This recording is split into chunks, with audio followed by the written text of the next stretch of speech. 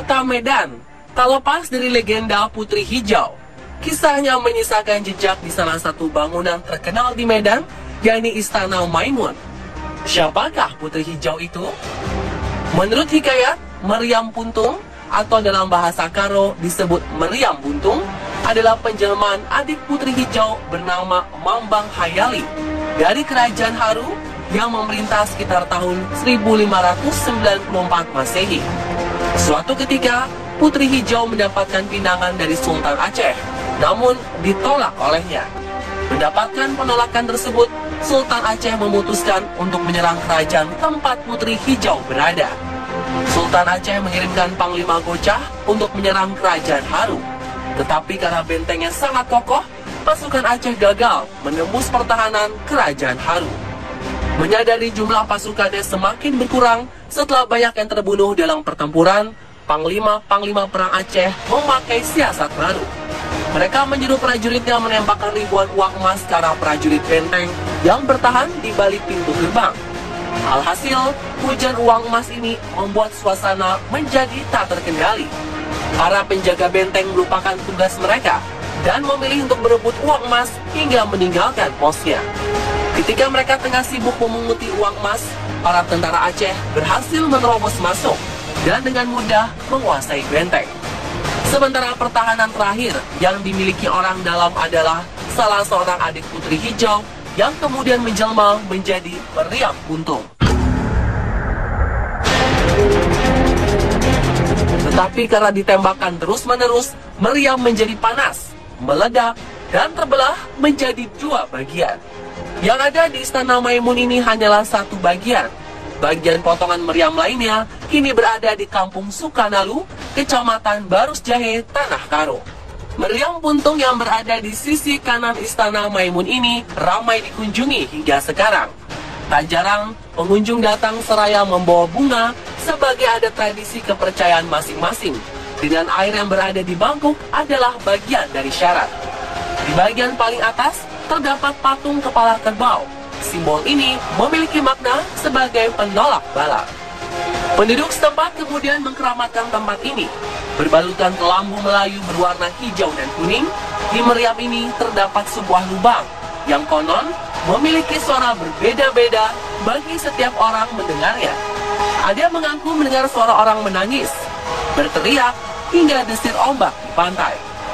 Tak hanya suara, kabarnya meriam ini pernah menunjukkan keanehannya.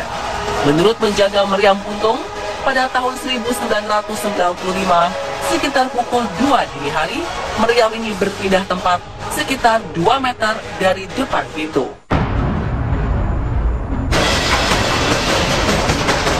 Melihat si meriam bergeser, para penjaga kemudian bergotong royong mengembalikan meriam ke tempat semula. Cerita tentang Putri Hijau tidak berhenti sampai situ saja.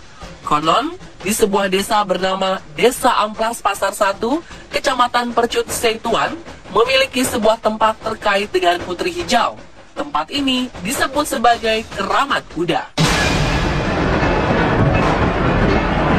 Menurut Bapak Nasib, yang pernah mendengar cerita tentang Keramat Kuda ini, cerita bermula karena perang yang terjadi saat Putri Hijau menolak pinangan Sultan Aceh. Waktu itu Putri Aceh, Raja Aceh meminang Putri Hijau. Di situ kan menjadi peperangan, nggak setuju. Jadi ya Panglima Aceh sama Panglima Denai ini tadi istilahnya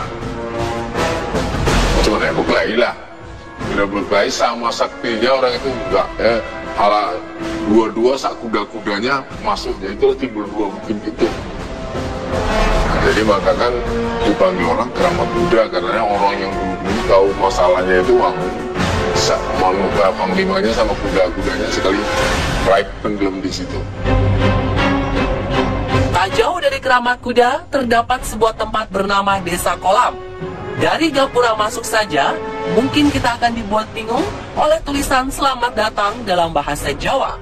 Mengapa tertulis bahasa Jawa? Padahal tempat ini ada di Sumatera Utara. Ya, rata-rata di desa ini, masyarakatnya adalah turunan Jawa yang berada di Medan. Desa Kolam juga menyimpan misteri sendiri di dalamnya, yaitu kisah Nyai Ronggeng. Tim on the spot melusuri jalan guna mencari petilasan Nyai Ronggeng. Warga Kampung Kolam kerap memperbincangkan petilasan ini. Setelah menempuh perjalanan menyusuri perkebunan-perkebunan, tim on the spot akhirnya menemukan tempat yang dipercaya sebagai petilasan Nyai Ronggeng. Di sini terlihat bunga yang masih segar, seperti baru saja didatangi oleh peziarah.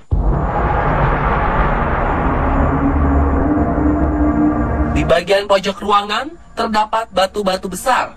Masyarakat meyakini disinilah tempat asli petilasan Nyai Ronggeng. Tempat ini masih dianggap keramat hingga sebelum kami melakukan pengambilan gambar, Bapak Nasib meminta izin terlebih dahulu kepada para penghuni petilasan yang tak lain adalah Nyai Ronggeng.